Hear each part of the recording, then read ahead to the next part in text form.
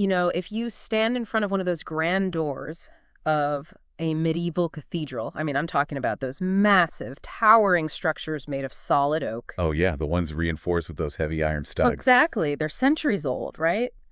And there's this immediate expectation of immense weight. Mm. They look completely immovable. It feels like you're just looking at a wall of solid wood. Right, totally. And yet, if you look closely at the engineering, the entire function of that massive door, like its actual ability to open and let people inside, it relies entirely on something incredibly small in comparison. It relies on the hinge, like the specific pivot point. The hinge, exactly. A piece of forged metal that is, you know, a tiny fraction of the size of the door itself. Right. But without that specific, precisely forged hinge bearing all of that localized weight, the massive, beautiful door is just completely useless. It's just a barricade at that point. Yeah, it's a barricade. It can't swing. It can't function as a door at all. That is honestly a brilliant piece of engineering imagery. And it perfectly captures the central claim of the material we are diving into today. Yeah. Because the documents we're examining explicitly define one singular event as history's ultimate hinge. Which is a bold claim, because we are unpacking a stack of incredibly dense foundational materials today. For you listening, we've got a comprehensive theological document alongside a series of, frankly, incredibly detailed infographics designed by Chris R. Velasquez. They're really quite stunning to look at. They are. And the title across all these sources is singular and definitive. It's called The Cross and Atonement. Salvation is secured. Right. So our mission here for this deep dive is to dig into what has to be one of the most heavily weighted, deeply debated, and historically central concepts in human history, the Christian theology of the cross and the atonement. Yeah, and what strikes me immediately is how these sources actually position their subject. The framing is, well, it's aggressive. Aggressive how? Like in a confrontational way? Not confrontational, but just incredibly unyielding. The text doesn't present the crucifixion of Jesus of Nazareth as just some, peripheral religious idea. Right. Or like a tragic footnote in Roman history. Right. Or even as an inspiring story to just tag on to the end of a moral lesson. The claim being made here is staggering in its scope. It really is. The argument is that all of human history, like everything that happened before the first century and everything that's happened since, swings entirely on this one specific piece of wood. It's the hinge upon which the universe turns. Exactly. Well, I want to test the weight of that hinge right out of the gate, because to understand why a door needs a hinge that strong, we have to understand the weight of the door itself. Right. You have to know what it's holding up. We have to understand the sheer magnitude of the problem that's supposedly being solved. When you look at modern culture, we tend to define the core human crisis in a variety of ways. We do, yeah. Like, a lot of sociologists might argue that humanity's primary problem is ignorance, so, the ultimate savior would be education. Sure. Or looking through a modern therapeutic lens, we might say the problem is that we are all traumatized and wounded, so the solution is therapy and healing. Right. Or we look at geopolitics and say society is just disordered, so we just need better political systems or economic models. Mm-hmm. But the foundational material we are looking at today completely rejects all of those as the primary diagnosis. It does. And I should clarify, it doesn't deny that ignorance or wounds or systemic disorder exist. It just categorizes them as symptoms rather than the root disease. Okay, so what's the root disease according to the text? The argument laid out in these infographics and texts is that the core crisis of human existence is profoundly legal and relational. Legal and relational. Yeah. The diagnosis is that humanity is objectively guilty before a perfectly holy God. We're enslaved to a power called sin, and perhaps most devastatingly, we possess a total, complete inability to reconcile ourselves to the Creator we've offended. A total inability. I mean, that is a heavy, almost offensive diagnosis to modern ears. Oh, absolutely. We love the idea of human potential, the idea that we literally cannot fix ourselves, that no amount of education or political restructuring can bridge the gap. That is a tough pill to swallow. It is incredibly abrasive to the modern ego. But the sources argue that if you don't accept the severity of the diagnosis, the proposed cure will just seem absurd. Makes sense. Like prescribing chemotherapy for a paper cut. Exactly. If the problem is just ignorance, then a teacher is sufficient. If the problem is just a bad political system, a revolutionary is sufficient. Right. But if the problem is insurmountable legal guilt, enslavement to death, and a ruptured cosmic relationship, Well, in a moral example or a wise teacher won't cut it. You need a rescue mission that actually alters reality. Which really sets the tone for everything we are going to discuss today. And for you listening, we want to be clear about the nature of the claims we are unpacking. We are just reporting what these sources argue. And the theology presented in these documents isn't just an emotional reflection on a martyr who died for his beliefs. It is presented as a rigorous, finished, objective legal and spiritual transaction. The phrase the sources repeat constantly is, salvation is secured. Secured, not possible. Exactly. They don't say salvation is possible if you do your part. They don't say salvation is offered as an abstract concept. The claim is that a real debt was actually paid, a curse was borne, and the work is finished. Wow. Okay, so to really grasp the mechanics of how that rescue mission is supposed to work, the text argues we have to look backward. We do. We can't start at the cross. We have to examine the origin of the crisis itself. Right, like how did humanity get into a position where a cosmic rescue operation was even required? And how was the architecture of that rescue drawn up centuries in advance? That takes us directly into the Old Testament blueprint. Velisis maps this out in a timeline format in his infographics, starting with creation. And the baseline there assumes humanity was made for direct, unhindered communion with God, right? Yes, but the timeline almost immediately hits a massive drop-off at the fall in Genesis chapter 3. And I appreciate that the source material elevates the discussion of the fall beyond, the basic Sunday school summaries. We aren't just talking about people eating a piece of fruit and suddenly feeling embarrassed. Far from it. The text uses the word rupture. Or rupture? Yeah, it describes a catastrophic, multidimensional rupture in the fabric of reality. The essence of the fall, according to this theological framework, is humanity reaching for absolute autonomy. Basically deciding we know best. Right. It is the creature deciding to usurp the Creator's throne, to define good and evil for itself. And the fallout of that usurpation is total alienation. So the connection to God is severed. Yes. But the text points out that humans become instantly alienated from one another as well, and from the earth they are meant to steward, and ultimately from their own nature. The psychological anatomy of that moment is just fascinating. The source highlights the immediate behavioral shifts in fallen humanity. It lists them as concealment, fear, blame, and exile. I read that sequence and just thought, man, that is the exact psychological playbook we all still use today. Oh, 100%. The second something goes wrong, the immediate human instinct is self-preservation. We hide the truth. We fear the consequences of exposure. And when we're confronted, we immediately shift blame. Adam blames Eve. Eve blames the serpent. And the inevitable result of all that defensive posturing is relational exile. We isolate ourselves. It is a profound psychological insight preserved in an ancient text. The instinct to hide is universal. But the text draws our attention to the divine response. Right, because God enters the garden and he asks a question. Where are you? Now, the theological documents point out that an omniscient God does not ask questions to gather missing data. Right. He isn't walking around confused behind a bush. He's acting as an interrogator, but with a highly specific, merciful purpose.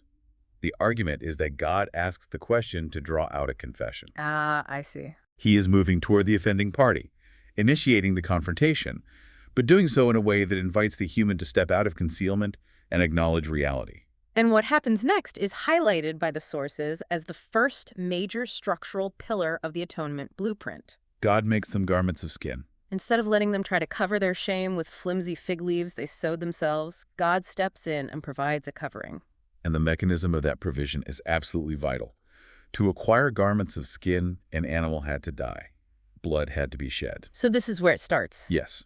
The text marks this as the absolute introduction of substitutionary death into the biblical narrative.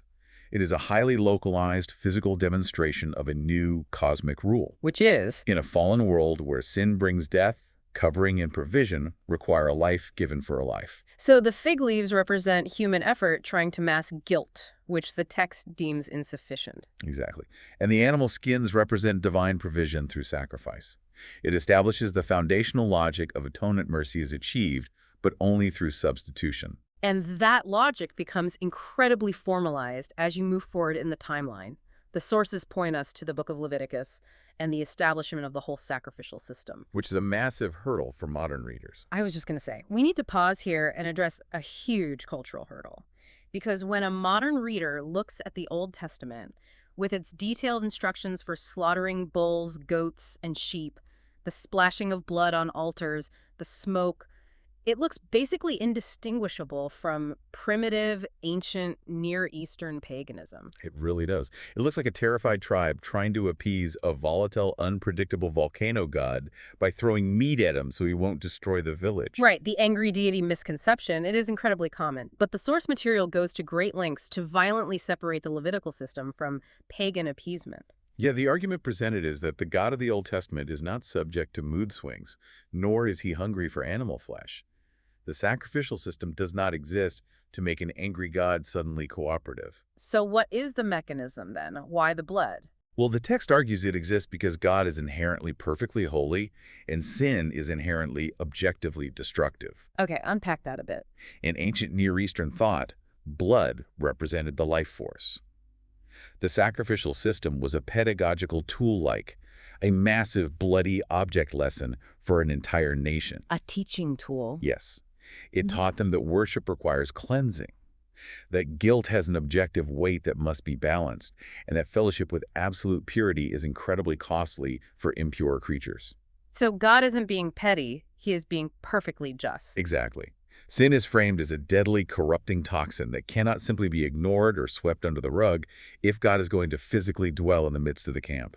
To really understand how that functioned, the infographics zoom in on one specific ritual, the Day of Atonement, or Yom Kippur, which is detailed in Leviticus 16. Right, where the high priest enters the most sacred space, the Holy of Holies. But the defining feature of this ritual involves two goats. And I want to dig into the mechanics of this because it seems strange to split the ritual between two animals. It's very specific, yeah. One goat is slaughtered and its blood is taken into the inner sanctuary. But the other goat is kept completely alive. The priest lays his hands on its head, confesses the sins of the nation over it, and then it is driven out into the desolate wilderness.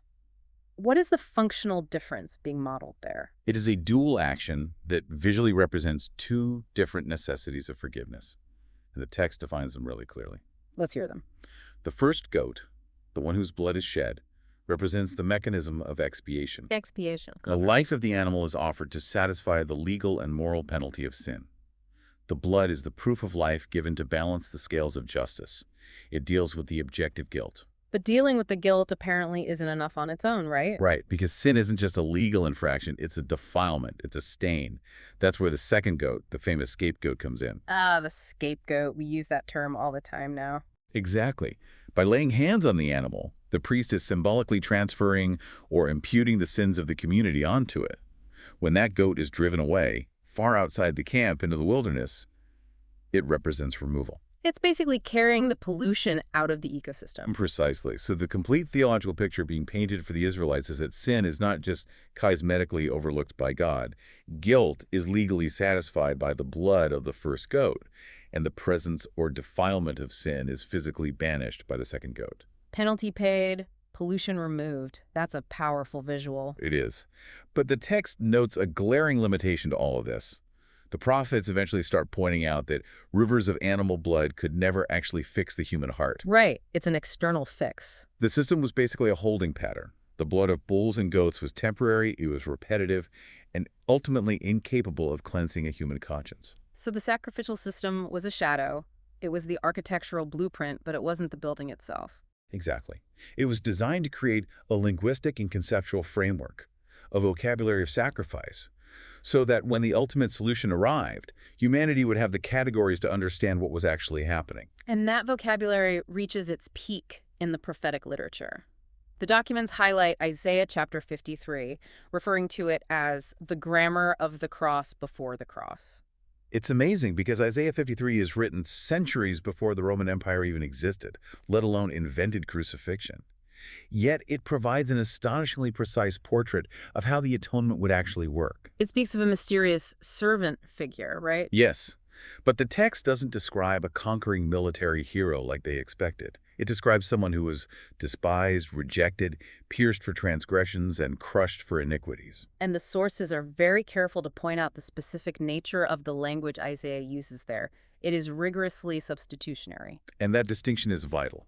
The servant in Isaiah doesn't just suffer alongside the people in some kind of tragic solidarity. He isn't just a fellow victim of an unjust, broken world showing us how to suffer bravely. No, the grammar of the text is penal substitution. He suffers for them. The chastisement that brings the people peace actually falls upon him. The Lord lays on him the iniquity of us all.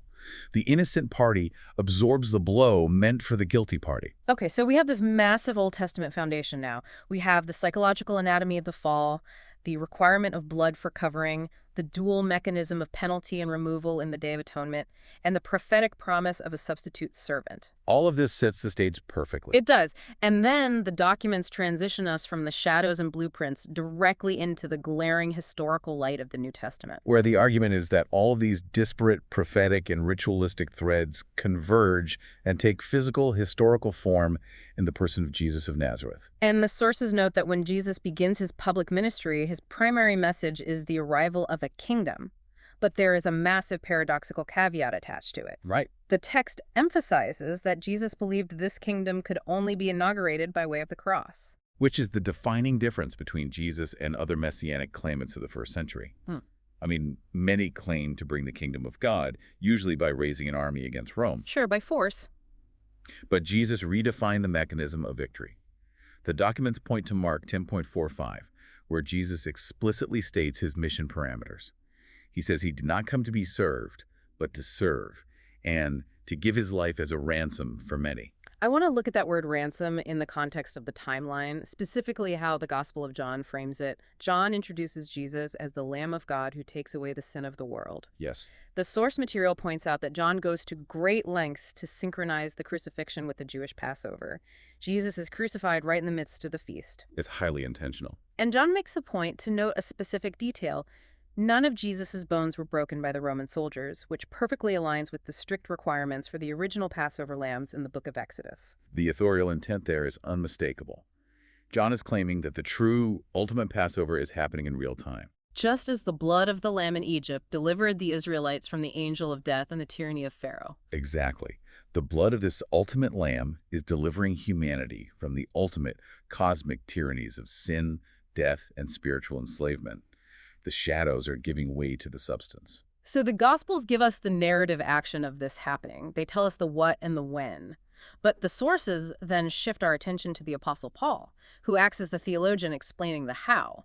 Right, because how does a man dying on a Roman execution rack actually achieve this cosmic deliverance? The text points us heavily to Paul's letter to the Romans, specifically chapter 3, verses 21 through 26. The sources say this is often considered the densest theological paragraph ever written. It is incredibly dense because Paul is trying to explain the mechanics of the divine mind here.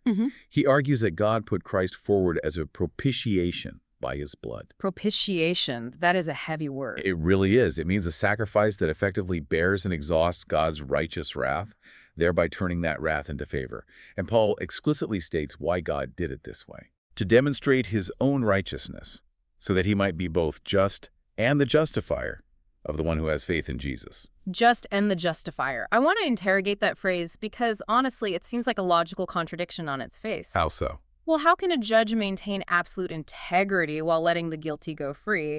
If I'm sitting in a courtroom, guilty of a horrific crime, and the judge says, I'm a very loving judge, so I'm just going to dismiss the charges and let you go, we wouldn't call that love. No, we would call that a gross miscarriage of justice. We would demand the judge be disbarred. Exactly. God cannot simply wave a magic wand and pretend sin didn't happen, or else he ceases to be just. Exactly. A judge who ignores evil is not a good judge. He is complicit in the evil. That is the divine dilemma Paul is addressing. How does a perfectly holy God forgive rebels without violating his own moral nature? Right. The argument of the text is that the cross is the exact, specific mechanism that solves the dilemma. God does not sweep sin under the rug. He deals with it fully, violently, and completely. But he absorbs the penalty himself in the person of the Son. So justice is fully satisfied in the very act of mercy. Yes. He remains perfectly just because the penalty was paid, and he becomes the justifier because he provided the payment. Okay, I see the logic there, but let me throw a wrench in it. The text brings up another famous statement by Paul, 2 Corinthians 5.21, which theologians call the Great Exchange. Right. It says, for our sake he made him to be sin who knew no sin, so that in him we might become the righteousness of God. Now, playing devil's advocate for a listener here, if Jesus is perfectly innocent and I am objectively guilty, How is it legally or morally sound to just swap our files? I hear you. Isn't that just a divine legal fiction? Like God the Father is cooking the books, moving numbers around on a heavenly spreadsheet to make the math work out, pretending I'm righteous when I'm clearly not, and pretending Jesus was a sinner when he clearly wasn't. That is probably the most common philosophical objection to the doctrine of substitutionary atonement. It sounds like God is just playing pretend. Yeah. But the source material fiercely pushes back against the legal fiction accusation by introducing the absolute core of Pauline theology, which is the concept of covenantal union, or union with Christ. Okay, break down how that union actually changes the math. Well, the argument is that this isn't two strangers passing in a courtroom where the judge arbitrarily swaps their sentences. Yeah. The concept is closer to a corporate merger or a marriage. A marriage. Yeah, let's say I have catastrophic, insurmountable financial debt, and my credit score is entirely ruined. And you have boundless wealth and a pristine financial history, Sounds good to me. right? But if a judge just arbitrarily declared my debt was yours, it would be a legal fiction. It wouldn't be real. But if we enter into a legally binding marriage, a real union, the reality changes. Right, because in a true marriage, the assets and liabilities become shared property. They actually belong to both of us. Precisely. The text posits that by faith in the action of the Spirit, a human being is joined to Christ in a covenantal union so profound that what belongs to him, his perfect righteousness, his status, his sonship, legally and organically becomes theirs. Wow. And conversely, what belongs to the human, the sin, the guilt, the curse, is legally and truly borne by him. Because the union is real, the exchange is real. It is not God pretending. It is a real verdict grounded in a living covenantal reality. That dramatically shifts the paradigm. It moves the atonement from a cold, detached courtroom maneuver into an organic relational necessity. It does. And the documents note that the author of Hebrews takes this reality and hammers home its finality. The author contrasts the endless, exhausting cycle of Old Testament animal sacrifices, which could only ever provide temporary ceremonial purity, with Christ's action. The text says Christ enters the heavenly holy place, and the sacrifice is declared once for all. The emphasis on finality cannot be overstated in these texts. The argument is that the sacrifice is objectively sufficient. It does not need to be repeated. It's done. It cannot be supplemented. Yeah. You cannot add your own good works, your own suffering, or your own religious rituals to it to make it more effective. The mechanism is complete. Which brings us to a really fascinating part of the infographics. We've established the historical timeline and the basic mechanism, but the sources issue a strong warning. Yes. They say the cross is far too massive, far too complex of an event to be flattened into a single metaphor. It is achieving multiple things simultaneously across different dimensions of reality. Right. A common mistake is finding one angle of the cross that resonates with you and ignoring the rest. But the text maps out at least 6 distinct facets of what the cross accomplishes. 6 facets. Yeah, we need to look at it like a highly complex legal settlement. Imagine a scenario where a single signature on a document simultaneously pays off a multi-billion-dollar bankruptcy, drops federal criminal charges, finalizes a family adoption, and executes a hostile takeover of a corrupt corporation. That is an insane document. Right, but the cross is doing all of that at once. So let's walk through the exact mechanics of those 6 facets. The first one listed is substitution. We've been discussing this, but let's nail it down. This is the mechanism of proxy. Yes. Christ steps into the blast radius of divine justice. It's the innocent taking the place of the guilty. He bears the exact curse and judgment that the law demanded for human rebellion. He stands in the shoes of the offender. Okay, the second facet is propitiation. This deals specifically with God's righteous anger. And I appreciate the clarification the text offers here, because the idea of God having wrath is deeply uncomfortable for a lot of people today. It's very unpopular. We prefer to think of God as unconditionally affirming, but the text argues that love does not cancel holiness. Holiness gives love its moral seriousness. That is a profoundly important philosophical point. Think about a parent watching their child being consumed by a deadly drug addiction. Okay. If that parent truly loves the child, they do not have mild, affirming feelings toward the addiction. They have absolute burning wrath toward the disease that is destroying what they love. Right, because if they didn't care, they wouldn't be angry at the disease. Exactly. If God did not have wrath toward human trafficking, abuse, greed, and exploitation, the sins that destroy his creation, his love wouldn't mean anything. It would be a weak, sentimental indifference. Propitiation means that God's holy righteous wrath against the disease of sin was fully expressed, absorbed, and exhausted at the cross. Man, that makes a lot of sense. The third facet is expiation. We saw the shadow of this with the scapegoat. If propitiation is about satisfying God's wrath, expiation is about cleansing the human conscience. Yes, it's the removal of the stain. The text argues that sin isn't just a legal demerit, it corrupts the soul. Expiation is the mechanism that washes the root of the human being clean. The fourth facet shifts to a relational mechanism reconciliation. This draws from Colossians 1:20, making peace through the blood of his cross. The underlying assumption here is that humanity is not just lost. Humanity is in a state of active hostility toward God. We're actually enemies. Right, so the cross acts as the ultimate diplomatic treaty, absorbing the offense so that enemies can be brought back to the table. And not just as forgiven criminals, but as adopted family members. The fifth facet uses economic language redemption. The sources specifically tie this to the imagery of the slave market, or a hostage situation. In the first century Greco-Roman world, the concept of redemption was intimately understood. A slave could be freed if a pretium, a ransom price, was paid to the master. And so humanity is the slave here. Exactly. The theological claim is that humanity was not free. We were held hostage by the powers of sin and death. We could not out-earn our captivity. The lifeblood of Christ is presented as the exact ransom price paid to secure complete liberation. We are bought out of the market. Which leads perfectly into the sixth and final facet, victory. And this one completely subverts expectations. Colossians 2 claims that on the cross, Christ disarmed the powers and authorities, triumphing over them. Right. But if you were a Roman citizen watching a crucifixion, it was the ultimate visceral symbol of the empire crushing a rebel. It looked like the absolute defeat of the victim and the total victory of the state. The Roman triumph parade was a well-known spectacle where a conquering general would parade his defeated, stripped enemies through the streets. Paul uses that exact imagery, but he inverts it. He flips it completely. The text argues that the cross is not a defeat masquerading as a victory.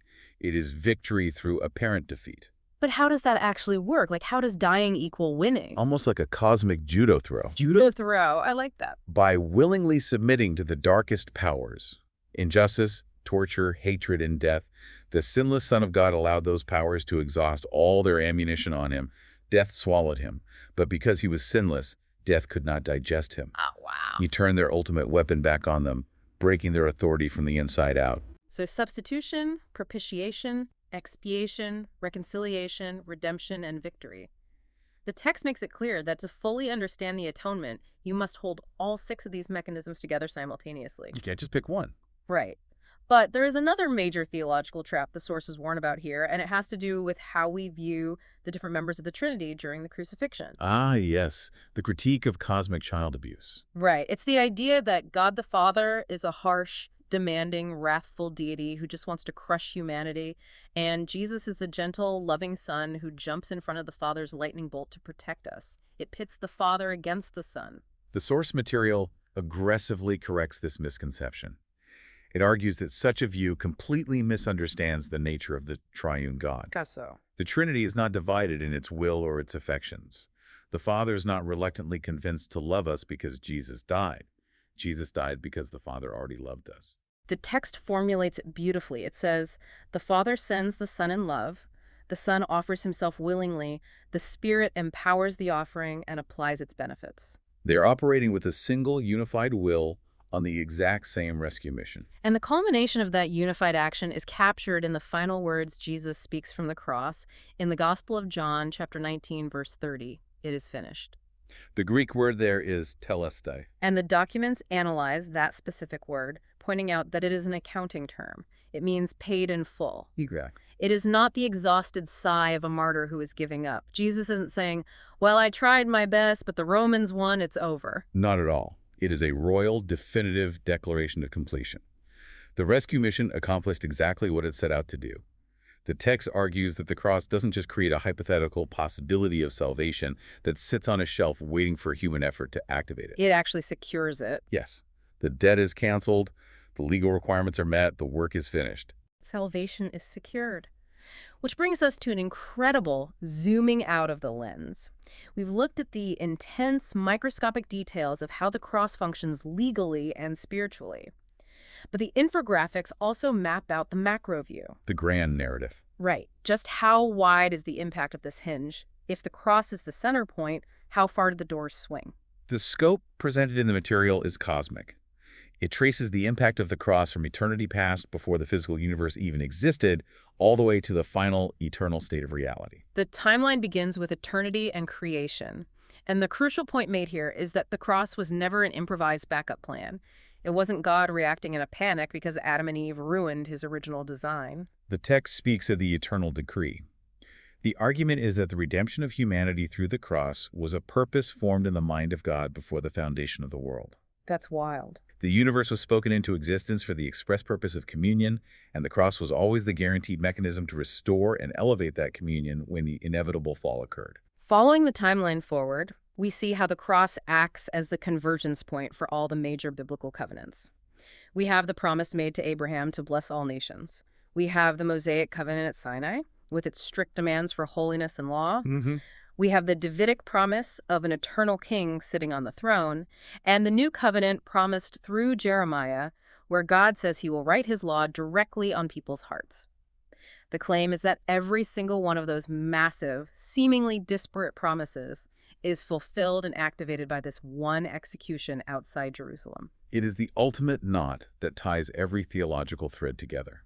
And as the timeline moves into the era of the kingdom, the text introduces a concept that completely upends our normal categories, the idea of ironic majesty. Let's sit with that, ironic majesty. Because just to the Roman world, and honestly to anyone watching, the cross was the ultimate display of humiliation and powerlessness. It was shameful. But in the theology of the New Testament, the cross is actually presented as an enthronement. Yes. The crown of thorns is not just a cruel joke. It is unwittingly the crown of the true king. The sign Pilate nails above his head, King of the Jews, is meant as mockery, but the text claims it is the truest statement ever written. Wow.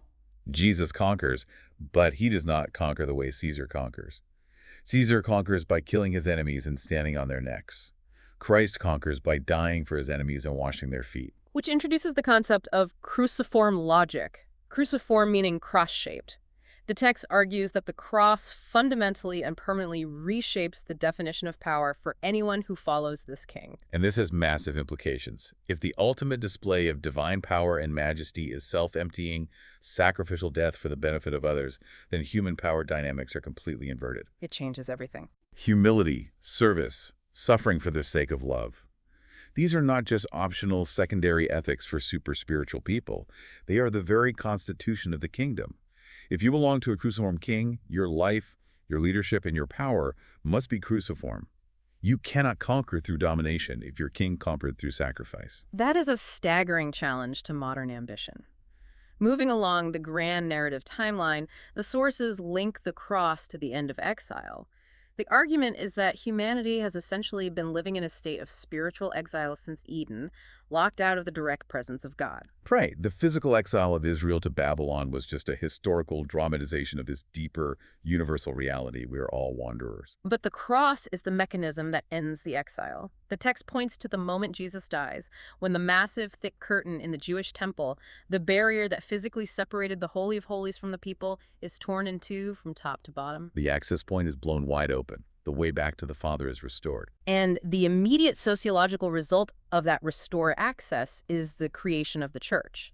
And I have to highlight how the text defines the church, because it is a sharp, necessary critique of how we often view religion today. Yeah, the modern view is very different. The text states emphatically that the church is the blood-bought body of Christ, not a voluntary association of religious consumers. That is a crucial distinction. In the modern West, we often treat church like a spiritual country club or a gym membership. You go if you like the music, if the speaker's engaging, or if it meets your social needs. If you're getting something out of it. But the theology of the cross demands a different view.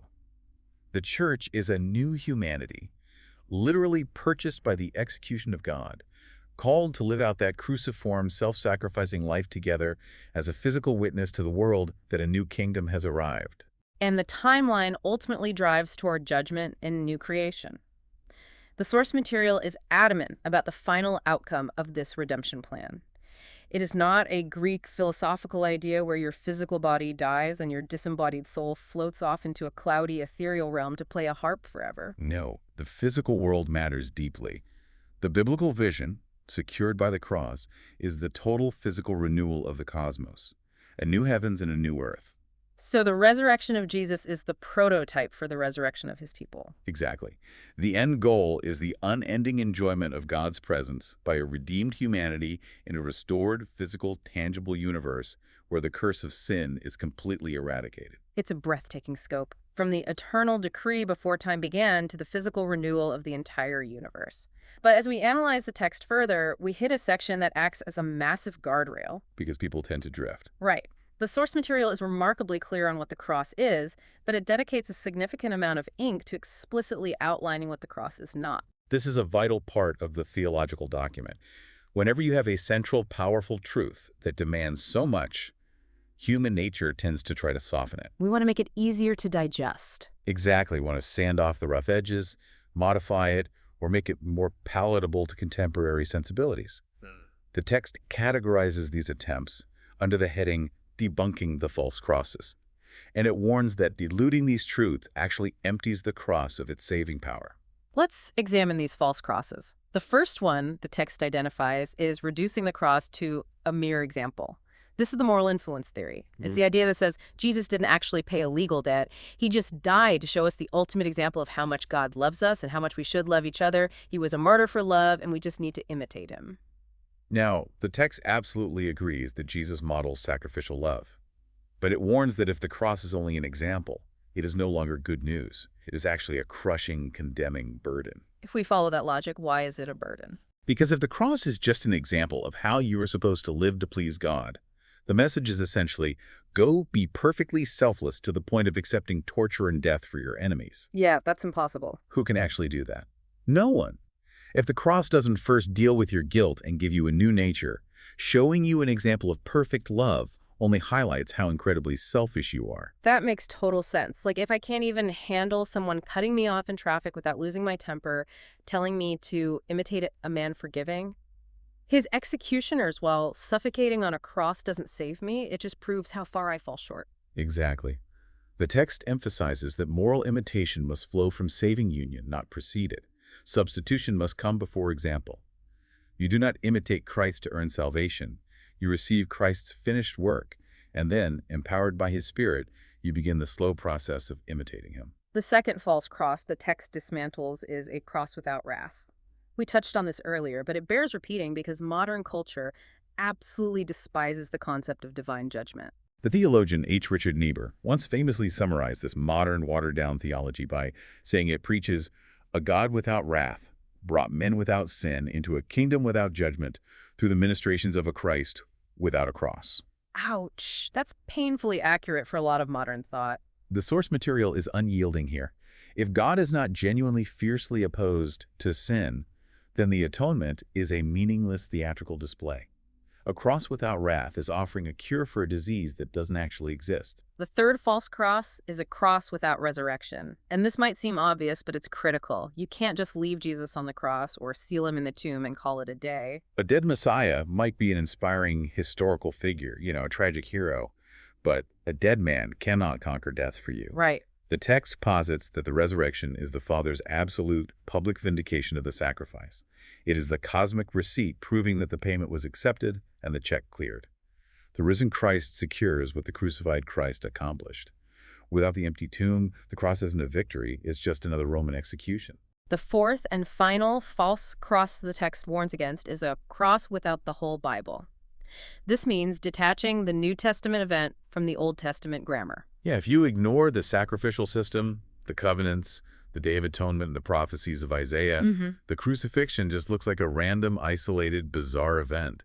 It loses its deep cosmic architecture. Now, the text addresses one final massive danger, and it's an objection that naturally arises when you preach a gospel of absolute grace. It's the question of obedience. Oh, this is a big one. And I want to lean into this because if I am listening to everything we've said, if salvation is entirely finished, completely secured, the debt is paid 100% by Christ, and I contribute absolutely nothing to earning it, the logical human response is to say, fantastic, my debt is paid, my ticket is punched, I have fire insurance, now I can go live however I want. I'm covered.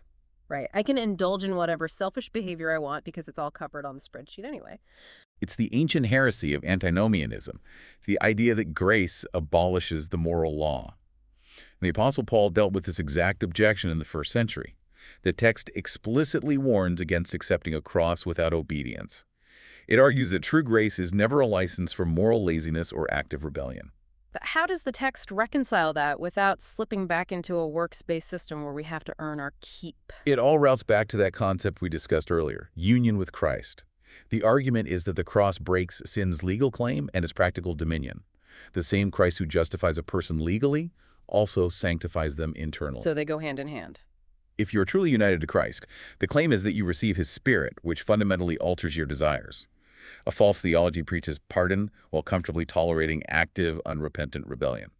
But true holiness, according to the source material, is defined as gratitude embodied. Gratitude embodied. That completely reframes obedience. You aren't obeying a set of rules to try and earn a paycheck or avoid punishment.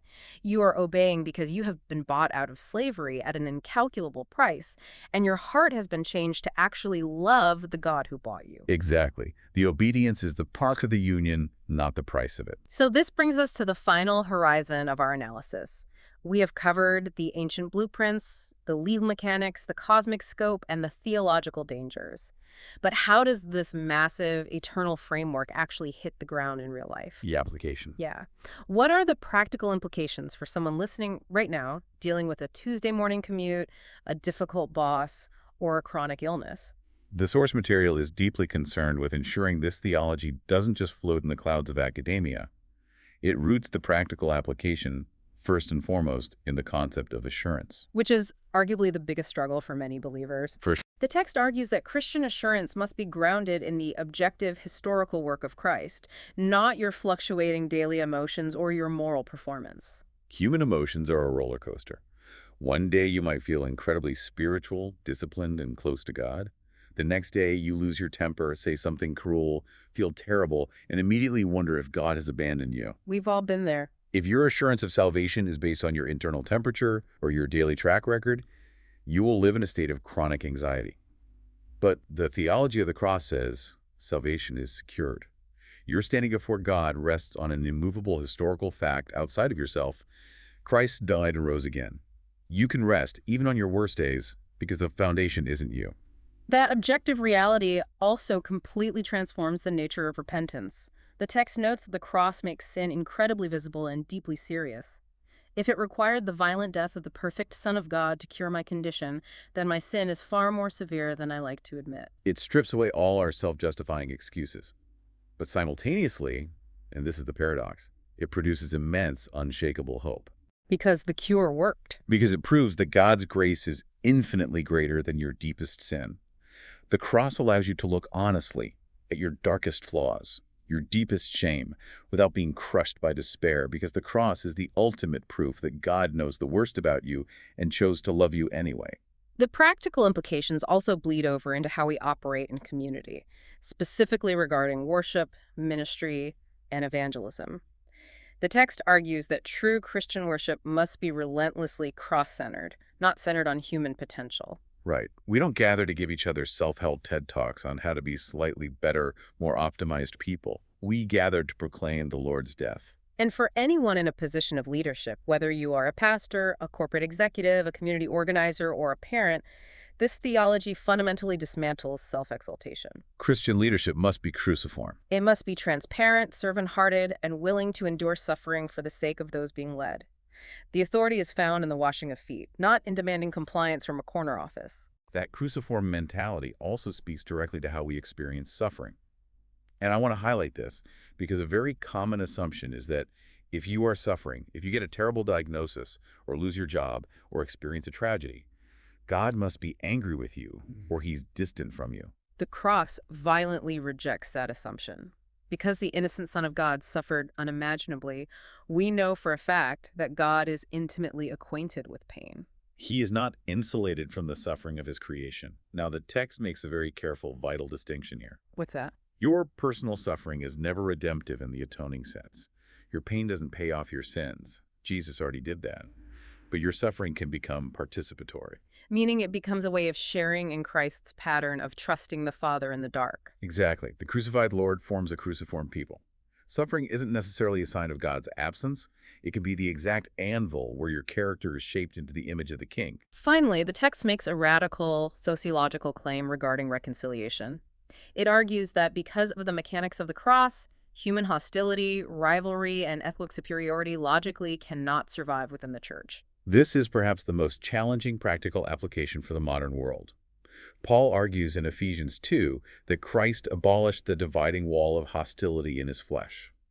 The argument is that if Christ has reconciled us to God through his blood, we have no right to remain at peace with division among ourselves. The text says the church should display in miniature the reconciled humanity that the cross has purchased. Racial division, class warfare, political tribalism.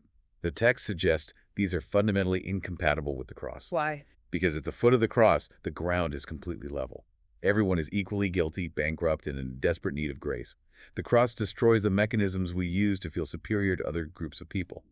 If my only boast is in the fact that someone else had to die for my sins, I cannot look down on my neighbor. That is a massive, incredibly relevant calling. It's the proof that this dense ancient theology actually has the power to alter sociology in real time. It's the ultimate test of whether we actually believe the theology we confess. We have covered an immense amount of ground today, and to bring this deep dive in for a landing, we need to summarize the ultimate paradox presented in these sources. Right, bring it all together. And it boils down to this. In the most violent, brutal, and unjust event ever carried out by human hands, the execution of an innocent, perfect man, God somehow executed the most merciful, beautiful, and righteous act of rescue the universe will ever see. It is the hinge of history. It is the exact point where absolute, unyielding holiness and infinite sacrificial love kiss. The Father did not cease to be just. He demonstrated his justice perfectly. And the Son did not die unwillingly. He gave himself freely to secure the ransom. And the result for you, listening to this, is profound objective peace. We return to the title of the infographics. Salvation is secured. Because of this reality, your deepest guilt can be completely confessed without any fear of condemnation. And death itself, the great terrifying unknown that haunts the human condition, has lost its final claim on you. As the theologians often say, the Christian doesn't look at the cross and simply say, what a tragedy or what a moving example. They look at the cross and say, there is my life, my pardon, my peace, and my future. That is the substance of the claim. Now, we always like to end with a final, provocative thought for you to mull over, something to chew on long after this deep dive ends. The text noted earlier that while your personal suffering is never redemptive, it is a call to a participatory life, a call to live out the cruciform logic in your everyday reality. Living the shape of the cross. Yes. So here's the question we want to leave you with. We live in a modern world that is utterly, relentlessly obsessed with self-promotion. Everything is about self-protection, upward mobility, building your personal brand, asserting your rights, and avoiding discomfort at all costs. But what would it actually look like tomorrow morning if you viewed your own life through the lens of this hinge? What if you looked at your personal trials, your frustrations, the coworkers who annoy you, the family members who misunderstand you, the chronic pain you carry? What if you viewed them not as random, meaningless obstacles to be avoided, but as active, daily opportunities to embody that cruciform logic? What if the truest, most authentic form of human living isn't found in clawing your way to the top of the ladder, but in taking the exact shape of a cross?